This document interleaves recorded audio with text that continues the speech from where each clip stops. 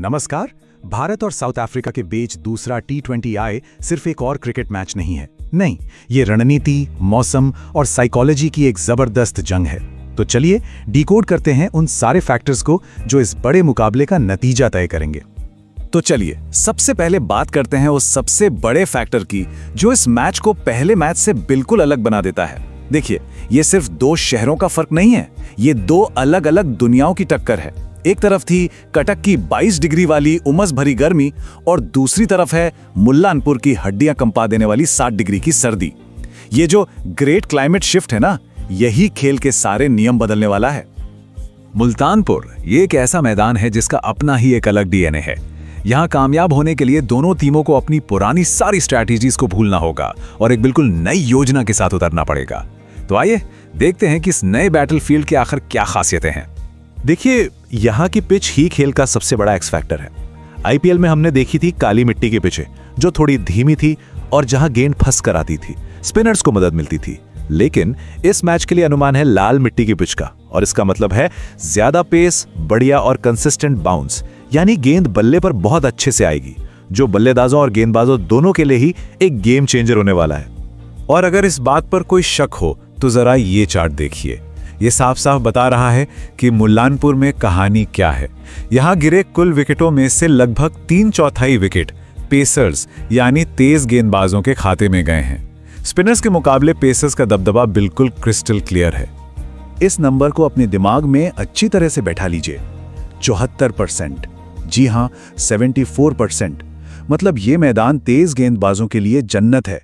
यहाँ स्पीड ही किंग है, और यही वो एक आंकड़ा है जो टीम सिलेक्शन से लेकर पूरी गेम स्ट्रैटेजी को सीधे सीधे बदलने वाला है। अच्छा, सिर्फ पिच ही नहीं, इस मैदान का डायमेंशन भी बहुत दिलचस्प है। सीधी बाउंड्रीज यहाँ लंबी हैं, करीब 74-75 मीटर, तो वहां शॉट मारना रिस्की है। लेकिन जो स्क्वायर बाउंड्रीज हैं वो काफी छोटी हैं, 64 से 67 मीटर। तो ये क्या करता है, ये एक तरह का टैक्टिकल फनल बना देता है। बल्लेबाजों को स्क्वायर की तरफ शॉट खेलने के लिए उकसाता है और गेंदबाजों को अपनी लाइन और लेंथ बचाने के लिए मजबूर करता है। चलिए अब बात करते हैं मैदान पर मौजूद उस तीसरे विरोधी की जो दिखाई नहीं देता, और वो है कड़ाके की ठंड। ये सिर्फ क्रिकेट का मुकाबला नहीं है, ये एक तरह का कोल्ड वॉर है, जहां खिलाड़ियों को सिर्फ सामने वाली टीम से नहीं बल्कि इन मुश्किल हालातों से भी लड़ना होगा। तो सवाल ये उठता है कि भाई ये जो ठंडी हवा है, ये मैदान पर एक तीसरी टीम, एक एक्स्ट्रा प्लेयर कैसे बन जाती है? इसका जवाब छिपा है फिजिक्स और ह्यूमन फिजियोलॉजी दोनों में।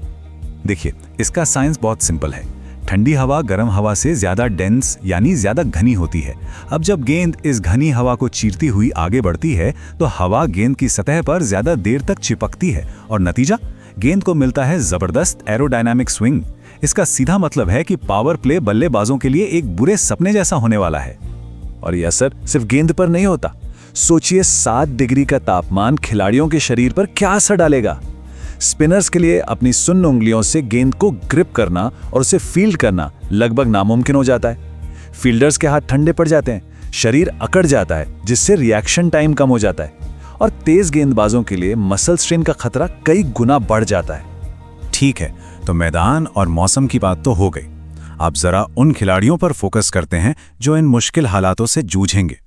देखिए, भारत पिछला मैच भले ही जीत गया हो, लेकिन उनकी सबसे बड़ी टेंशन है टॉप ऑर्डर का ना चलना। और इस चिंता का चेहरा है vice captain Shubman Gill. Analyst reports की माने तो गिल इस वक्त अपना नेचुरल गेम नहीं खेल पा रहे हैं। वो टीम के एग्रेसिव टेम्पलेट में फिट होने के लिए जबरदस्ती बड़े शॉट्स लगाने की कोशिश कर रहे हैं और इसी चक्कर में अपनी लय खो बैठे हैं। कप्तान सूर्य कुमार यादव भी कुछ अच्छी फॉर्म में नहीं है। 2025 में उनका औसत सिर्फ 15 का रहा है। लेकिन, और ये एक बहुत बड़ा लेकिन है, मुल्लानपुर की लाल मिट्टी वाली पिच का जो सच्चा उछाल है ना, वो SKY के 360 डिग्री गेम के लिए बिल्कुल परफेक्ट है। हो सकता है यही वो मैदान हो जो उन्हें वापस फॉर्म में ले आए।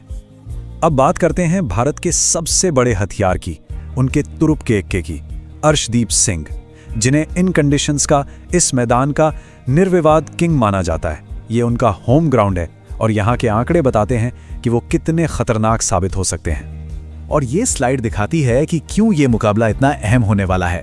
पावर प्ले की जंग, अर्शदीप सिंह बनाम रीजा हेंड्रिक्स, ये वो बैटल है जो शायद मैच का टोन सेट कर देगा।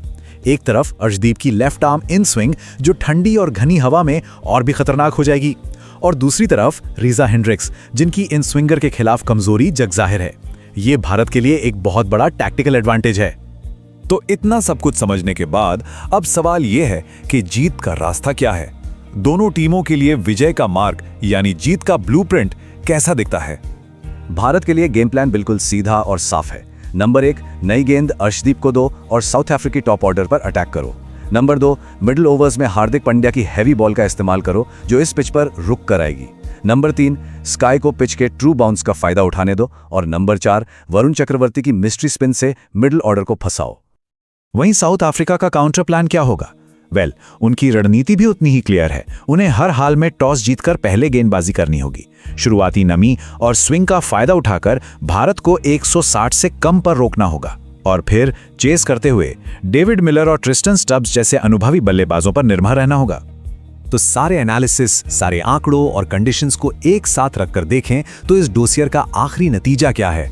भविष्यवाणी यह है कि भारत ये मैच जीतेगा।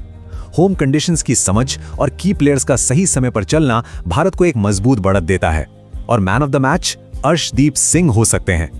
तो आखिर में बस एक ही सवाल बचता है, क्या इस खेल का फैसला खिलाड़ियों की स्किल, उनकी स्ट्रैटेजी और उनकी हिम्मत करेगी, या फिर मुल्लानपुर की ये कड़ाके की ठंड और ये घनी हवाएं ही इस क्रिकेट के कोल्ड वॉर में आखिरी फैसला सुनाएगी? इसका जवाब हमें जल्द ही मिलने वाला है।